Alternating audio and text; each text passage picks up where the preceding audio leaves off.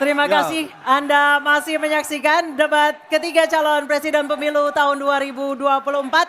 Dan kami ingatkan sekali lagi kepada hadirin yang berada di dalam ruangan ini, dimohon untuk tenang dan tidak mengganggu maupun mendistract para capres yang sedang menjawab. Dan kita sama-sama menghormati hak berbicara, kesempatan berbicara bagi ketiga calon presiden kita malam hari ini. Setuju ya, sepakat ya? Hadirin ya. Sepakat Bisa semua? dijaga ya semua ya. Baik, baik. Kita akan lanjutkan acara kita malam hari ini. Kita sepakat untuk menjaga ketertiban. Baik, dimohon tenang, baik. Kepada tiga calon presiden, Bapak Anies Baswedan, Bapak Prabowo Subianto, dan Bapak Ganjar Pranowo. Mohon Kita tenang, sudah sepakat, mohon tenang, Bapak-Bapak, kita sudah Ibu-Ibu. sepakat tadi untuk menjaga ketertiban. Oke, kami mohon untuk menuju ke podium, Bapak-Bapak. Baik, di segmen ini kami akan kembali dengan pendalaman visi misi dan program kerja calon presiden 2024 dengan memberikan pertanyaan yang telah dibuat oleh 11 panelis. Namun sebelum itu kami ingatkan sekali lagi para hadirin dimohon untuk tenang dan supaya acara ini dapat berlangsung dengan kondusif. Dan menghormati hak berbicara. Betul. Calon presiden yang sedang berbicara, Nisa ya. Dan untuk segmen ketiga ini pertanyaan dimulai untuk calon presiden nomor urut 2 Bapak Prabowo Subianto dan kami persilakan kepada panelis Ibu Iren Gayatri untuk mengambil undian subtema pertanyaan di dalam fishbowl. Kami persilakan Bu Iren.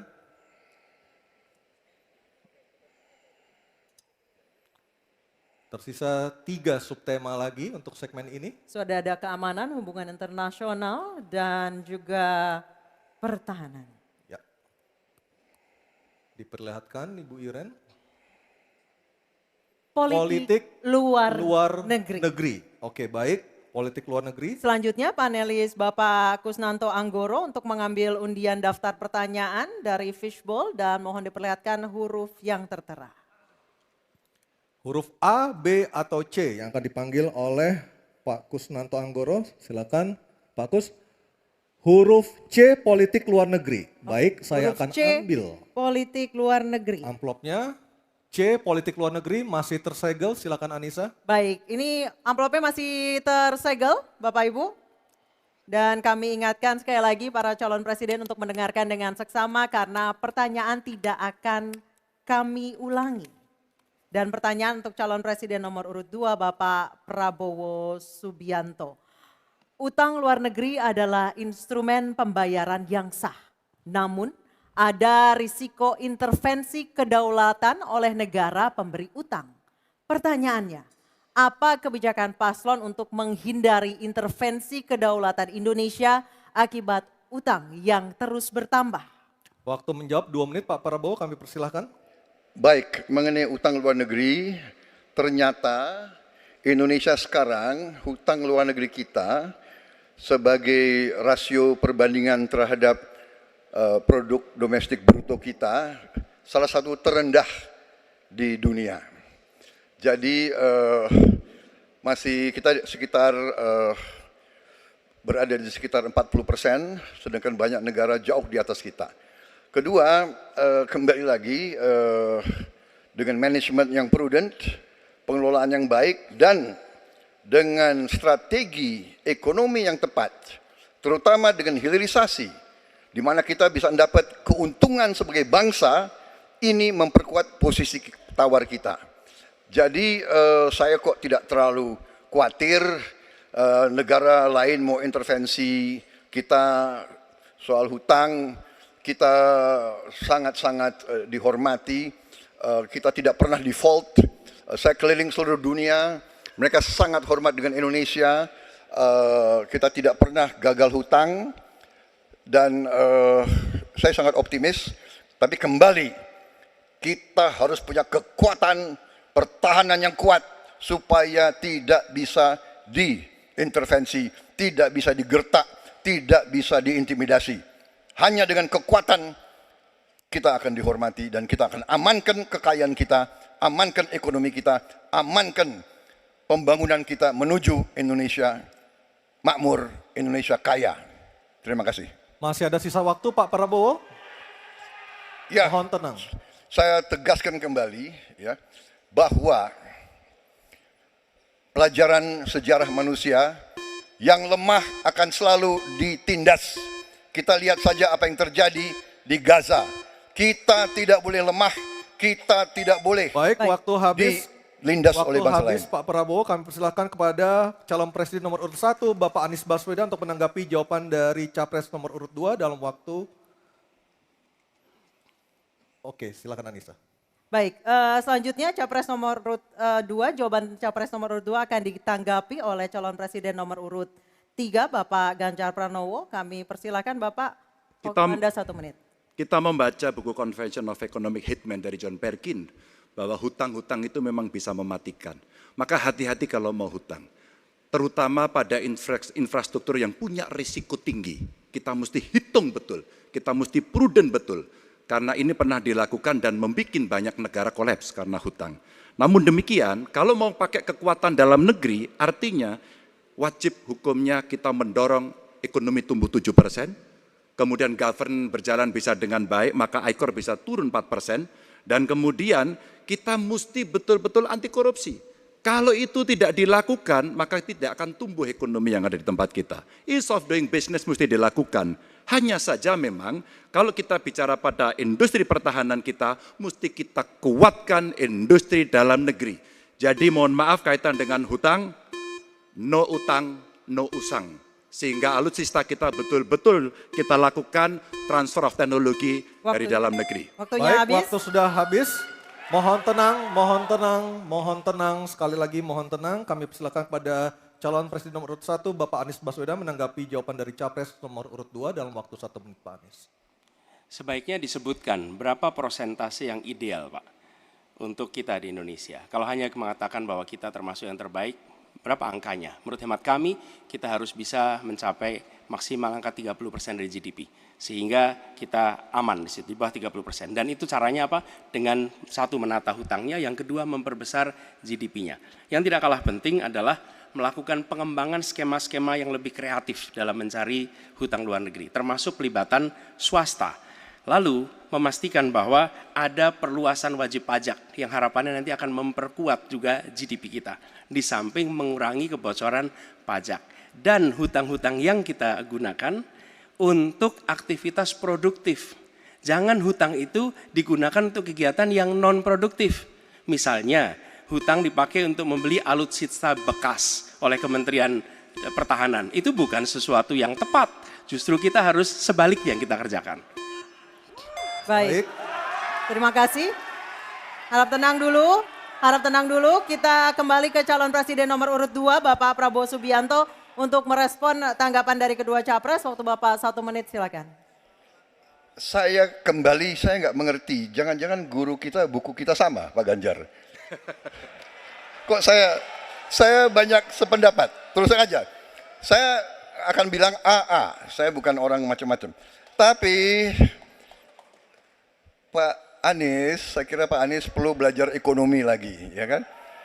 Jadi kalau bilang ideal 30%, dasarnya apa? Yang di bawah kita itu Arab Saudi, Rusia, pokoknya negara-negara yang punya sumber alam yang luar biasa. Tetapi 40% ya salah satu terendah sekarang. Jadi kalau kita mau bangun industri, tadi saya setuju sebagian dari yang Bapak sampaikan. Oh iya, kenapa? Yang penting utang itu produktif. Itu saya setuju. Tapi kita bisa sampai 50%, tidak ada masalah. Kita tidak pernah default. Kita tidak pernah default. Kita dihormati di dunia. Baik. Terima kasih. Baik, terima kasih. Baik, kita beralih ke pertanyaan untuk calon presiden nomor urut 3, Bapak Ganjar Pranowo. Kami persilakan panelis Laksamana TNI Purnawirawan Profesor Dr. Marsetio mengambil undian sub pertanyaan kelima dalam fishbowl. Baik, tinggal tersisa 2 pertanyaan lagi. Apa yang diambil oleh Pak Marsetio? Kita perlihatkan ke kamera, Pak. Geopolitik. Baik, geopolitik adalah subtema kelima. Dan selanjutnya kami persilakan kepada panelis Bapak Philip J. Vermonte untuk mengambil undian daftar pertanyaan dari dalam fishbowl.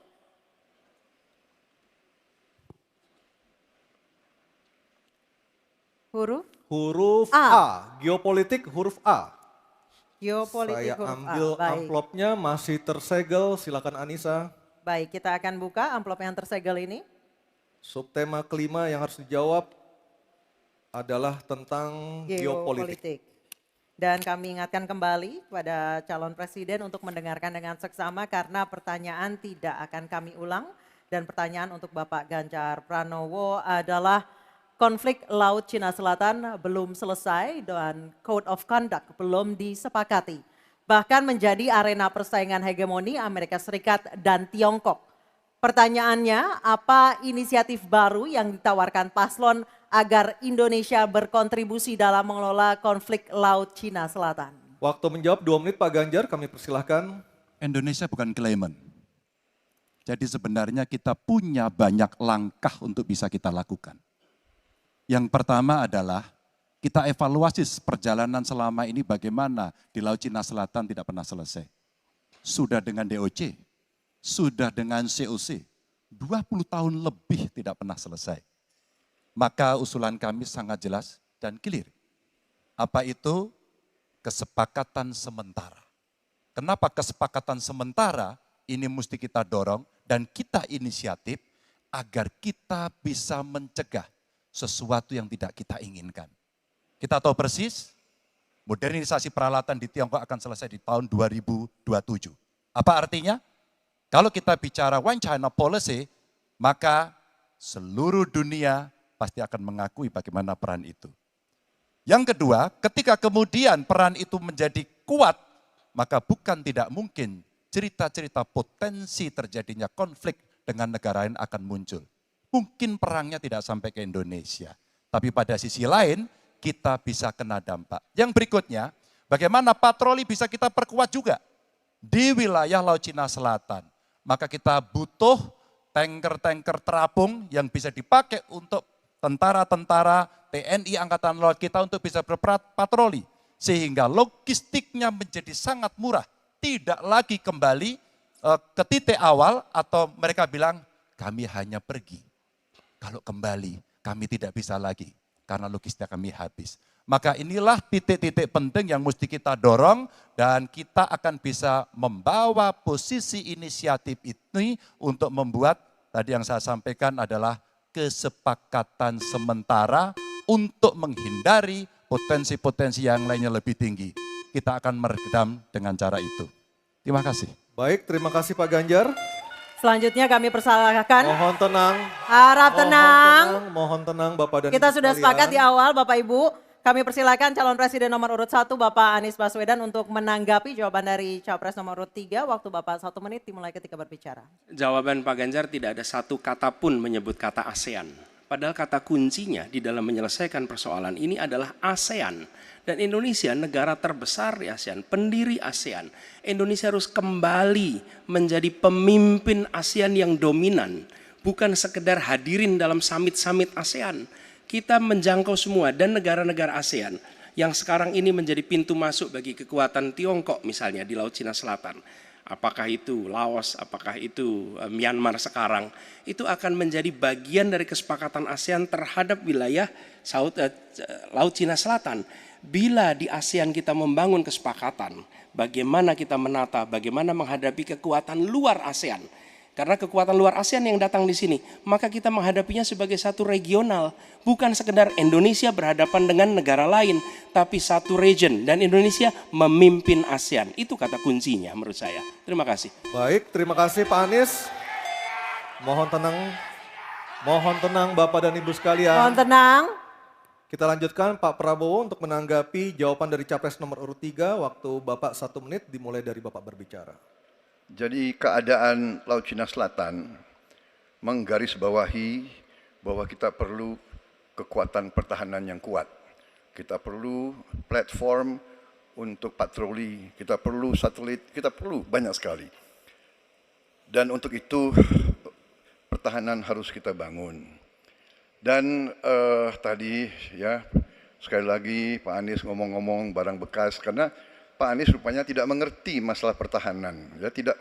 Saya bersedia Pak Anies mengundang Pak Anies di tempat yang Pak Anies suka, kita diskusi. Saya akan bawa data. Saya akan bawa data yang sebenar-benarnya. Ya. Jadi barang-barang bekas itu menurut saya menyesatkan rakyat. Itu Pak tidak pantas seorang profesor ngomong begitu. Ya. Karena dalam pertahanan hampir 50% alat-alat dimanapun adalah bekas. Tapi usianya masih muda. Baik, Jadi waktunya habis Pak Prabowo.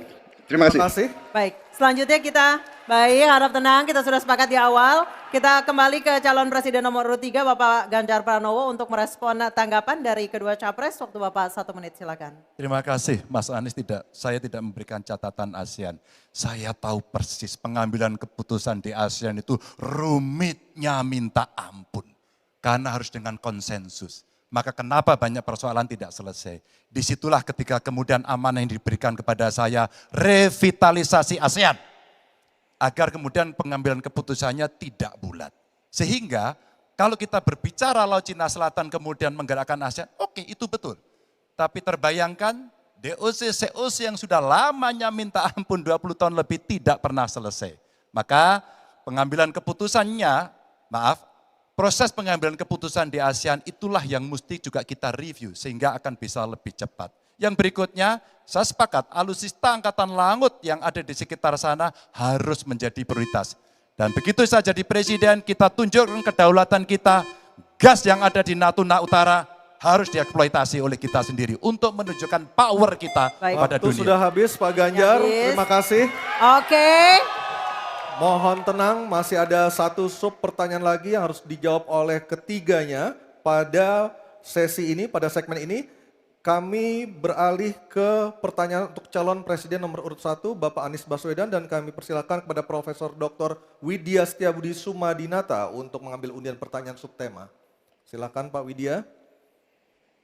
Ini adalah yang terakhir. Yang ke-6. Yang diambil oleh Pak Widya, subtemanya adalah globalisasi. Baik, globalisasi subtemanya. Baik, selanjutnya kami kembali persilakan panelis Ibu Kuri Maharani Savitri untuk mengambil undian daftar pertanyaan dari dalam fishbowl dan memperlihatkannya kepada moderator dan juga kepada hadirin serta kepada para capres. C. Globalisasi C. Baik, saya ambil amplopnya C, globalisasi masih tersegel. Anissa silahkan. Baik, sekali lagi masih tersegel. Ini globalisasi huruf C. Kita akan lihat bersama. Kami ingatkan kembali sekali lagi bagi para calon presiden untuk mendengarkan pertanyaan dengan seksama karena kami tidak akan ulang. Pertanyaan untuk Bapak Anies Baswedan adalah globalisasi membuka peluang masuknya budaya asing ke Indonesia, tetapi juga memungkinkan budaya Indonesia untuk mendunia. Pertanyaannya, bagaimana strategi paslon mempromosikan budaya populer Nusantara untuk mendukung pertumbuhan ekonomi nasional? Waktu Bapak menjawab 2 menit Pak Anies, kami persilahkan. Ya. Negara harus mengalokasikan sumber daya yang cukup di bidang kebudayaan. Bukan dipandang sebagai biaya, tapi dipandang sebagai investasi. Dengan begitu, maka karya-karya kita, dari mulai kuliner, karya seni seperti film, itu menjadi tumbuh berkembang dan kemudian bisa dibawa ke level global. Dan kita berencana di dalam diplomasi ini melibatkan semua, diaspora dilibatkan, mahasiswa dilibatkan, mereka yang berada di luar diajak menjadi bagian dari diplomasi. Kemudian yang tidak kalah penting, kita ingin membangun rumah kebudayaan Indonesia di tiap-tiap region di seluruh dunia. Sehingga di tiap-tiap region kita akan memiliki satu tempat di mana Indonesia menunjukkan karya budayanya. Di mana kita menjual kepada mereka bukan sekedar komoditas-komoditas perekonomian, tapi juga kita menawarkan kepada mereka nilai karya budaya Indonesia. Kemudian kuliner, kita merencanakan untuk membantu mendorong tumbuhnya restoran-restoran, kafe-kafe Indonesia di berbagai kota besar di seluruh dunia. Sebagaimana sekarang di Jakarta kita menyaksikan banyak sekali restoran asing di sini. Kita harus memiliki rumah kuliner Indonesia di berbagai tempat. Dan itu siapa? Negara yang ada di belakangnya. negara yang fasilitasi. Dengan begitu maka swasta yang terlibat akan bisa mengelola ini, tapi awalnya investasi dari negara. Dan lalu disiapkan kredit yang memungkinkan bagi usaha kecil mikro untuk menjadi bagian dari diplomasi kebudayaan Indonesia. Kemudahan di dalam permodalan, kemudahan di dalam mengakses pasar internasional, itu semua dilakukan supaya seluruh jajaran bisa terlibat di dalam kampanye diplomasi kebudayaan Indonesia. Terima kasih. Baik, terima kasih Pak Anies. Baik, selanjutnya calon presiden nomor urut 2. Harap tenang. Mohon tenang, Bapak dan Ibu, mohon tenang. Calon presiden nomor urut 2 Bapak Prabowo Subianto untuk menanggapi jawaban dari capres nomor urut 1. Waktu Bapak 1 menit, silakan. Saya kira yang disampaikan Pak Anies masuk akal ya, walaupun memang itu bersifat normatif ya. Memang kembali kalau dikatakan negara yang harus berperan, kuncinya adalah bahwa kita ini harus punya dana yang cukup. Kita harus punya tabungan yang cukup. Kita harus punya sovereign wealth fund yang cukup. Untuk itu kita harus punya laba yang cukup. Kita harus punya neraca perdagangan yang positif. Kita harus punya tabungan yang banyak, dan untuk itu hanya bisa dilakukan dengan hilirisasi, dengan penghematan, dengan efisiensi, dengan penerimaan pajak yang baik dan yang efisien. Saya kira itu. Baik, terima kasih Pak Prabowo. Selanjutnya kita dengar, mohon tenang, kita dengar tanggapan ataupun jawaban dari calon presiden nomor urut 3 Bapak Ganjar Pranowo menanggapi jawaban capres nomor urut 1. Waktu Anda 1 menit Pak Ganjar, kami persilahkan. Teknologi digital sudah mendunia, kita semua menggunakan itu. Maka ada satu kata namanya viralisme. Maka ketika kemudian ada yang konvensional, kita mendorong agar para duta besar kita, diplomat kita untuk menjadi tenaga pemasar, mereka menjadi fasilitator, mereka juga kemudian mempromosikan yang ada di dalam negeri maupun menarik yang potensi di luar negeri ke dalam negeri dengan berbagai kerjasama dan fasilitasi dari negara, maka viralisme sebenarnya bagian yang bisa kita dorong dari tanah air sendiri.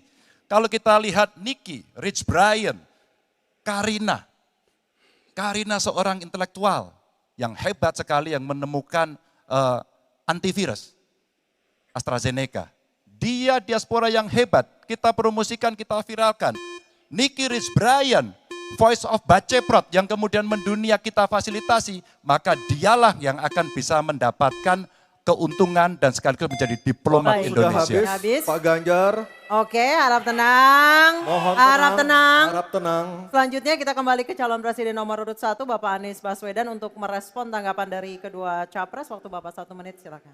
Terima kasih, kami bersyukur sekali bahwa Bapak-Bapak berdua sepaham dengan apa yang kami gagas. Dan ketika kami ditugaskan sebagai Presiden Republik Indonesia, sebagai Panglima Diplomasi, maka setiap kegiatan ke luar negeri adalah bersama dengan delegasi kebudayaan, delegasi seni.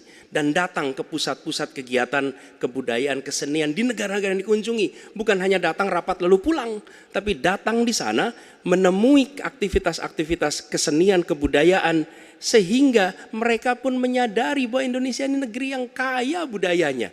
Karena setiap presidennya datang, dia membawa delegasi kebudayaan, ditunjukkan di sana, bukan datang rapat, ikut lalu pulang. Dan dengan cara seperti itu, maka dunia akan menyaksikan. Ingat, setiap presiden datang sebuah negara, seluruh media di negara itu memperhatikan. Itu kesempatan luar biasa untuk mempromosikan Indonesia, dan itu yang kami kerjakan di samping yang sudah kami lakukan, kami katakan tadi. Terima kasih. Baik, terima kasih Pak Anies, Pak Ganjar, dan Pak Prabowo. Dan kami persilakan untuk para capres untuk kembali ke tempat duduk masing-masing. Dan kita akan jeda sejenak dan debat ketiga calon presiden pemilu tahun 2024 masih akan terus kembali. Kali ini bukan mau jawab pertanyaan dari panelis, tetapi pertanyaan dari antar calon presiden. Akan ada bertanya dan menjawab dari para calon presiden. Dan kita akan kembali di debat ketiga calon presiden pemilu tahun 2024.